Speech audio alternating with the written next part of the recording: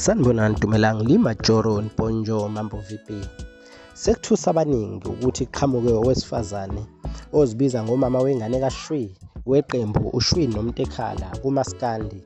Lona wesifazane ukhala ngokuthi ucela ukuthi iSouth Africa imenzele ubulungiswa akwazi ukuthi aboniswe ithuna lengane yakhe. Uzikhalela ngokuthi sekuphela iminyaka eminingi ekhala ethi ufuna ukuthi aboniswe ukuthi likuphi ithuna lengane yakhe, njengoba wabikelwa ukuthi ingane ishonile kodwa wangatshelwa ukuthi yangcwatshwa kuphi. Lona wesifazane uthi bazwana noShwi ngeminyaka yama-2000, bathandana ena-18, baba nengane esena-19, ayikhulisa eyedwa yaze yaba nezinyanga eziyisithupha. Kwathi uma sihlanganisa izinyanga eziyisithupha wahamba wayoyishiya ngaphandle emnyango lapho kwakuhlala khona uShwi. Wayishiya ngethuba zabo 4:30 ekuseni, wahamba ngoba ethi uyozifunela amatoho, ufuna ukuzisebenza, ufuna ukuthi uShwi akasale ezigadele yena ingane. Lona wesifazane uthi kwahamba kwakhona la baqondana khona noShwi khona eGoli. uShwi wamtshela ukuthi woza khona engifuna ukukhuluma nawe, ubofika. Uma efika kuyena uthi wamtshela ukuthi ingane ayisekho, ishonile. Wathi bayaxolisa, uyamxolisela nomama lo ayekade ehlala naye uShwi ngaleso sikhathi.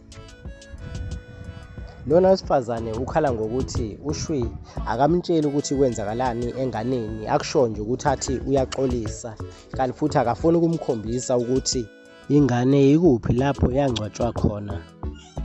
Uthi uShwi umtshela ukuthi akathola imoto ephakeme ayifake upetrol uma efuna ukwazi ukuthi ingane ingcwatshwe kuphi ukuze izohamba iyomkhombisa ithuna. Uthi manje akasaqondi noma ingane iyashona kwangampela noma ikhona iyaphila, bamfihlelile yona.